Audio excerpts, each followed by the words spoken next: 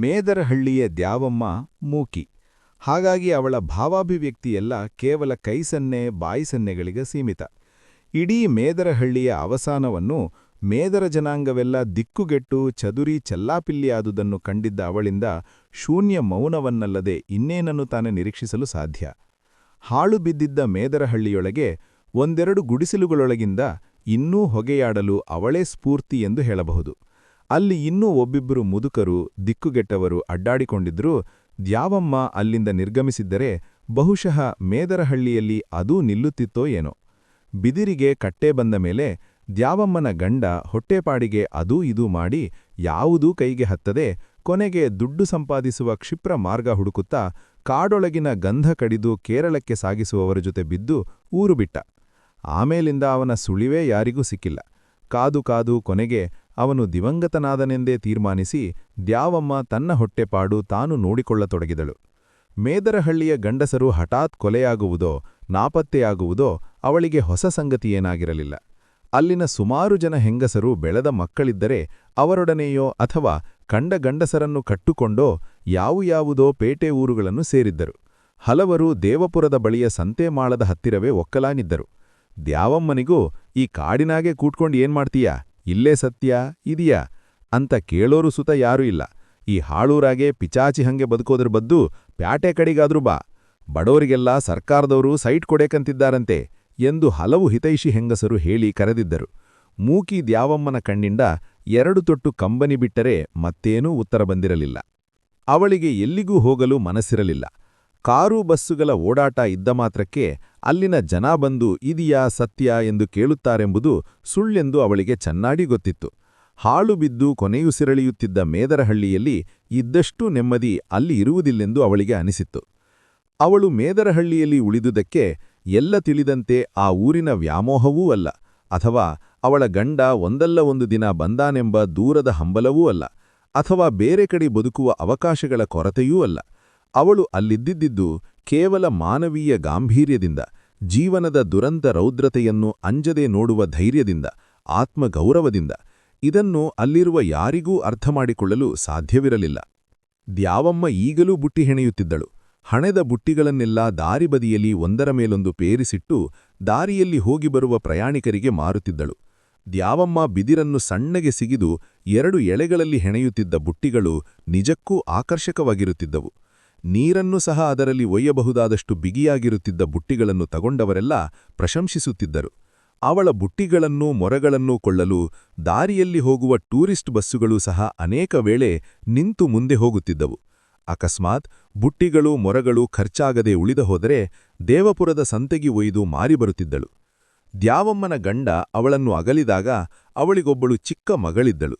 ಇನ್ನೂ ಸರಿಯಾಗಿ ಓಡಾಡಲೂ ಸಹ ಬರದ ಆ ಚಿಕ್ಕ ಕೂಸನ್ನು ಹೇಗೋ ಹೋರಾಡಿ ಈವರೆಗೂ ದ್ಯಾವಮ್ಮ ಸಾಕಿ ಸಲಹಿದ್ದಳು. ದುರದೃಷ್ಟವೆಂದರೆ ಆ ಹುಡುಗಿಗೂ ಮಾತು ಬರುತ್ತಿರಲಿಲ್ಲ.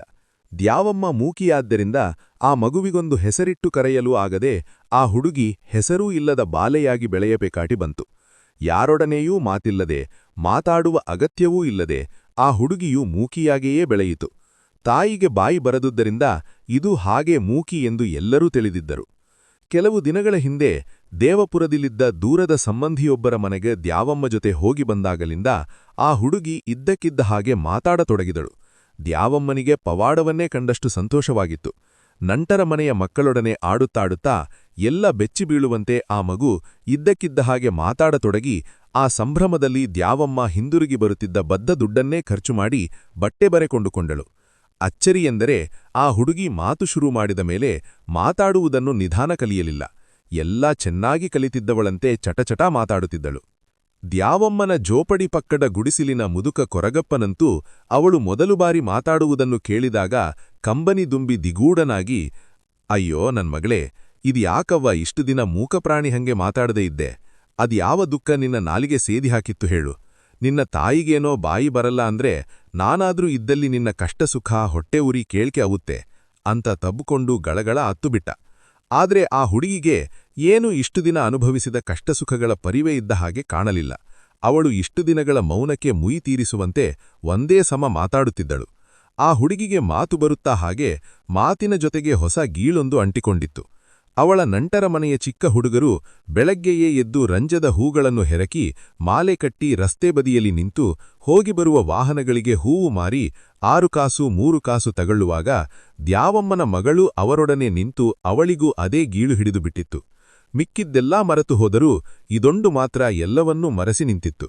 ಮೇದರಹಳ್ಳಿಯ ಸುತ್ತಮುತ್ತ ರಾಶಿ ಉದಿರುತ್ತಿದ್ದ ರಂಜದ ಹೂಗಳನ್ನೆಲ್ಲ ಒಟ್ಟು ಮಾಡಿ ಮಾಲೆ ಕಟ್ಟಿ ಮಾರಬೇಕೆಂಬುದೊಂದೇ ಅವಳ ಹಠ. ಮನೆಗೆ ಬಂದ ಮೇಲೆ ಅವಳಿಗೆ ತನಗೆ ತಂದ ಹೊಸ ಮಟ್ಟೆಬರೆ ಯಾವುದರ ಮೇಲೂ ಕುತೂಹಲ ಇರಲಿಲ್ಲ. ತಾನೂ ಹೂವು ಮಾರುತ್ತೇನೆಂದು ದ್ಯಾವಮ್ಮನಿಗೆ ಒಂದೇ ಸಮ ದುಂಬಾಲು ಬಿದ್ದಳು. ತನ್ನ ಜೀವದ ಜೀವವಾಗಿರುವ ಇವಳು ಕಾರು ಬಸ್ಸು ತಿರುಗುವ ರಸ್ತೆ ಬದಿಗೆ ಹೋಗಿ ಹೂವು ಮಾರುತ್ತಾ ನಿಲ್ಲುವುದು ದ್ಯಾವಮ್ಮನಿಗೆ ಕೊಂಚವೂ ಇಷ್ಟವಿರಲಿಲ್ಲ.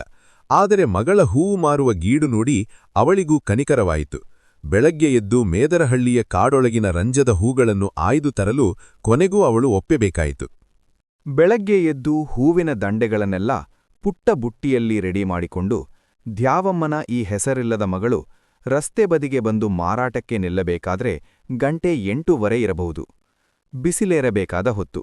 ಆದರೂ ಅವತ್ತು ಬಿಸಿಲಿರಲಿಲ್ಲ. ಚಳಿಗಾಲದಲ್ಲೂ ಒಮ್ಮೊಮ್ಮೆ ಹಿಡಿದು ಬಿಡುವ ಹಿಂಗಾರು ಮಳೆಯ ಸೂಚನೆಯಂತೆ ಸಣ್ಣಗೆ ಥಂಡಿಗಾಳಿ ಬೀಸುತ್ತಿತ್ತು. ಆಕಾಶದಲ್ಲಿ ತೇಲುತ್ತಿದ್ದ ಬಿಳಿಯ ಮೋಡಗಳು ನಿಧಾನವಾಗಿ ದಟ್ಟವಾಗುತ್ತಾ ಕಪ್ಪಗಾಗುತ್ತಿದ್ದವು.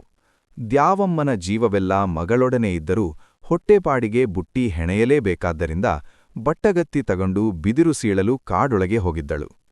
ಆ ಪುಟ್ಟ ಹುಡುಗಿ ಹೂ ಮಾರಲು ರಸ್ತೆ ಬದಿ ನಿಂತಿದ್ದಷ್ಟೇ. ಅದಕ್ಕೆ ಹೇಗೆ ಮಾರಬೇಕೆಂದು ಸಹ ಗೊತ್ತಿರಲಿಲ್ಲ. ಎಷ್ಟು ದುಡ್ಡು ಕೇಳಬೇಕೆಂದೂ ಗೊತ್ತಿರಲಿಲ್ಲ. ಒಟ್ಟಿನಲ್ಲಿ ರಸ್ತೆ ಬದಿ ಹೂ ಹಿಡಿದು ನಿಲ್ಲುವ ರೋಮಾಂಚನವೇ ಅವಳಿಗೆ ಆ ಕ್ಷಣದಲ್ಲಿ ಮುಖ್ಯವಾಗಿತ್ತು. ಒಂದೊಂದು ಬಸ್ಸು ಕಾರು ಭರಭರನೆ ಧೂಳೆಬ್ಬಿಸಿಕೊಂಡು ಹೋದ ಹಾಗೂ ನಾನಾ ಭಂಗಿಗಳಲ್ಲಿ ನಿಂತು ಹೂವಿನ ಮಾಲೆಯನ್ನು ವಾಹನಗಳಲ್ಲಿ ಹೋಗಿ ಬರುವವರ ಕಣ್ಣಿಗೆ ಕಾಣುವಂತೆ ಎತ್ತೆತ್ತಿ ಹಿಡಿದು ಮಾರಾಟದ ಮಹತ್ಸಾಹಸ ಮುಂದುವರಿಸಿದ್ದಳು. ತಾನು ಚಿಕ್ಕ ಹುಡುಗಿಯಾದ್ದರಿಂದ ವಾಹನಗಳವರಿಗೆ ಸರಿಯಾಗಿ ಕಾಣುತ್ತಿಲ್ಲವೇನೋ ಎಂದು ಆದಷ್ಟು ಎತ್ತರಕ್ಕೆ ಎತ್ತಿ ಹಿಡಿದು 2 ಹೆಜ್ಜೆ ಮುಂದಕ್ಕೆ ಹೋಗಿ ರಸ್ತೆಯೊಳಗೇ ನಿಂತು ತೋರಿಸಿದಳು. ಯಾವ ಕಾರೂ ನಿಲ್ಲಲಿಲ್ಲ. ಯಾವ ಬನ್ನೂ ಬ್ರೇಕ್ ಹಾಕಿಲ್ಲ. ಬಹುಶಃ ಇಷ್ಟು ಪುಟ್ಟ ಹುಡುಗಿಯ ಹತ್ತಿರ ವ್ಯಾಪಾರ ಮಾಡುವುದು ಹೇಗೆಂದು ಅವರೆಲ್ಲ ಹಿಂದೆಗೆದರೋ ಅಥವಾ ಯಾರಿಗೂ ನಿಂತುಕೊಳ್ಳುವ ವ್ಯವಧಾನವಿರಲಿಲ್ಲವೋ. ಪ್ರತಿ ವಾಹನ ಬರುವಾಗಲೂ ಇದಾದರೂ ನಿಲ್ಲಬಹುದೇನೋ ಎಂಬ ಪ್ರತೀಕ್ಷೆಯಿಂದಲೇ ನೋಡುತ್ತಿದ್ದಳು. ಅವಳ ಹಂಬಲಕ್ಕೆ ತಕ್ಕಂತೆ ವಾಹನ ನಿಧಾನವಾದಂತೆ ಸಹ ಕಾಣಿತು. ಆದರೆ ಆ ಪುಟ್ಟ ಹುಡುಗಿಯ ಉತ್ಸಾಹಕ್ಕೆ ತಣ್ಣೀರೆರಚುವಂತೆ ಪ್ರತಿಯೊಂದು ವಾಹನ ಹೋದಾಗಲೂ ಧೂಳು ಅವಳ ಕಣ್ಣು ಕತ್ತಲಾಗುವಂತೆ ಕವಿಯುತ್ತಿತ್ತು. ಆ ದಿನ ಬೆಳಗ್ಗೆಯೇ ಎದ್ದು ಮೇದರಹಳ್ಳಿಯ ಅಕ್ಕಪಕ್ಕದಲ್ಲೇ ಬೆಳೆದಿದ್ದ ರಂಜದ ಮರದ ಬುಡಗಳೆಡೆಗೆ ಓಡಿದ್ದಳು. ಪ್ರತಿಯೊಂದೂ ಭೂತಾಕಾರದ ರಂಜದ ಮರಗಳು. ಅವುಗಳಡಿ ಅಕ್ಷತೆ ಚೆಲ್ಲಿದ ಹಾಗೆ ರಾತ್ರಿಯೆಲ್ಲಾ ಉದಿರಿದ್ದ ರಂಜದ ಹೂಗಳನ್ನು ಒಟ್ಟುಮಾಡಿ ಬುಟ್ಟಿ ಉಕ್ಕಿ ಚೆಲ್ಲುವ ಹಾಗೆ ತುಂಬಿ ತಂದಿದ್ದಳು.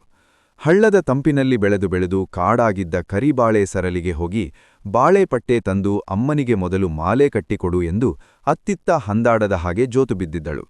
ಅವಳು ತಂದಿದ್ದ ಹೂವಿನ ರಾಶಿ ಮೂಡಿದರೆ ಯಾರೇನೂ ಒಂದು ಜನ್ಮಕ್ಕೆ ಮಾಲೆ ಕಟ್ಟಿ ಮುಗಿಸುವ ಹಾಗೆ ಇರಲಿಲ್ಲ.